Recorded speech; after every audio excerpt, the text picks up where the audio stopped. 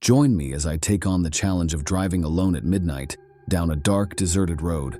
Let's see if I can make it without losing my mind. I was alone in my car, surrounded by an endless stretch of asphalt that seemed to swallow the darkness whole. The only sound was the hum of my engine, a constant reminder that I was truly, utterly alone. The drive was daunting from the start. I'd never been on a road so deserted, so isolated.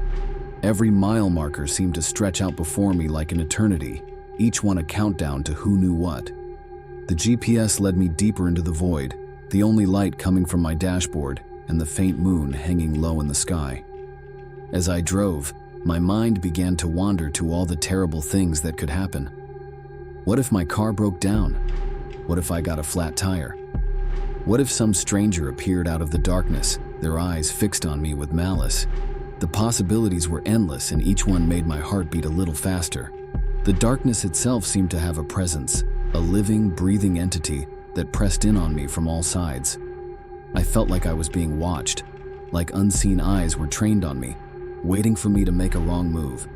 I heard strange noises too, the creak of my car's suspension, the whoosh of wind past my windows, the occasional hoot of an owl in the distance. Each sound made me jump, my senses on high alert as I scanned the darkness for signs of movement. As I drove, I started to notice strange things, the way the trees seemed to loom over me, their branches like skeletal fingers reaching out to snatch me, the way the darkness seemed to shift and writhe around me like a living thing. It was as if the road itself was alive, watching me, waiting for me to make a mistake.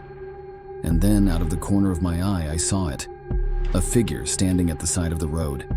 It was tall, imposing, its features indistinct in the darkness. I slammed on the brakes, my heart racing as I stared at the figure, my mind screaming with fear.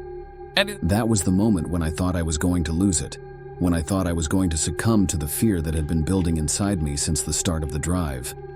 But I didn't. I kept my cool, slowly rolling the car forward until I was past the figure, my eyes fixed on the road ahead. Looking back, I realized that the figure was probably just a hitchhiker or a lost traveler, but in that moment, it was a monster, a harbinger of doom. And it was that moment, more than any other, that taught me the value of facing my fears head on. In the end, I made it out of that dark, deserted road alive. Shaken, but alive.